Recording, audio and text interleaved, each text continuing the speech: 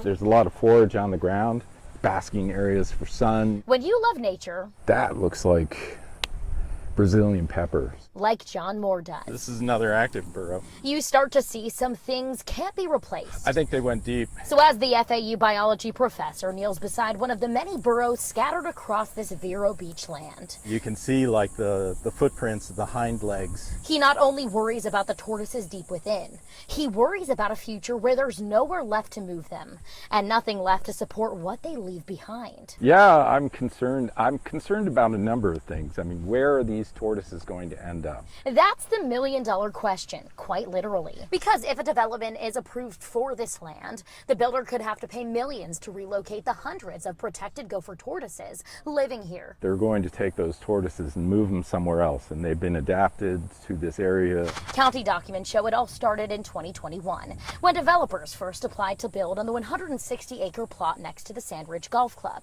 An updated site plan filed in 2023 shows the project's 881 proposed homes, called Ridgetop, would include apartments, villas, townhomes, and single-family houses, with 11 acres set aside for existing wetlands and at least 11 more acres preserved as natural vegetation.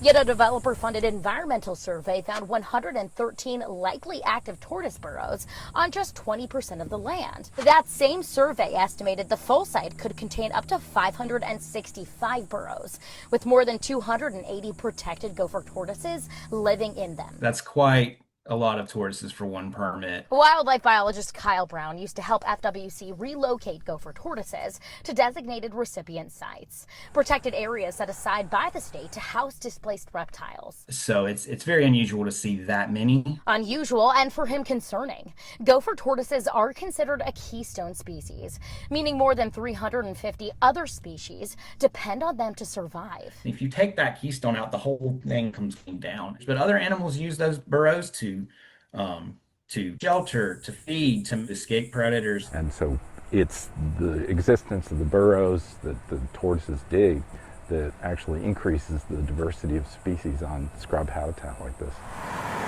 FWC says the 283 tortoises on this land make up a viable population. The minimum is 250. It's enough to withstand hurricanes, disease, or other trauma. A 2021 U.S. Fish and Wildlife report projects that even under the best case scenario, Florida's gopher tortoise population could drop by more than 40% in the next 80 years, with urban growth and development listed as a primary threat. So it is concerning when you see that many tortoises being moved from one site. And even though relocating tortoises is expensive, it's hardly slowing development down. I dug through FWC data and found more than 2,000 active gopher tortoise relocation permits issued statewide in just the past year, 175 of them in our 5-county area. The time I was in Florida, the number of permits, we were setting records every year for the number of relocations. And the numbers keep climbing. Public records I obtained show Florida is now issuing 356% more tortoise relocation permits than a decade ago.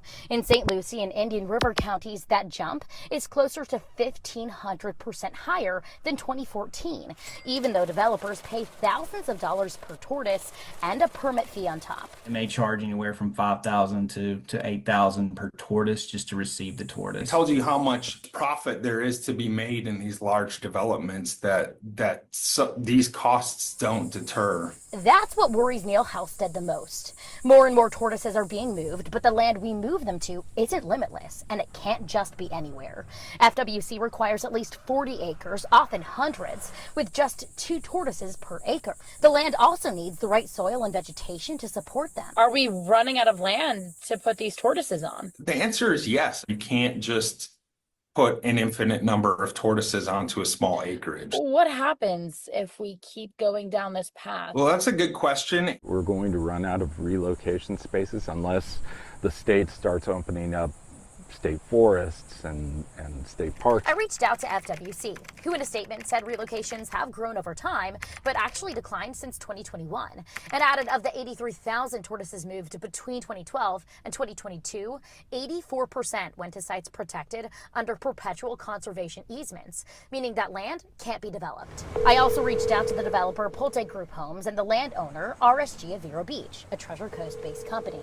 Both declined an on-camera interview, but the project's environmental environmental engineer pointed out the land was once a sandvine, not a pristine habitat, and said all tortoises and any other protected species found during relocation will be safely moved. A representative for the real estate group working with RSG said staff are open to relocating plants and exploring landscaping ideas to help balance nature with development, and added the original plan for over 800 homes has been scaled back to 320, well below the 900 units allowed by zoning. This is an active burrow here. Yet more. There's another entrance for a different burrow over there. Fears when we lose our wild places, when we lose our wildlife, we lose balance, we lose biodiversity. This scrub ridge has a number of endangered species associated with it. And when it's gone, we don't just lose what it was, we lose what it gave us. This habitat is getting to be so rare that we really need to set aside more scrub habitat as protected lands rather than selling it off for development.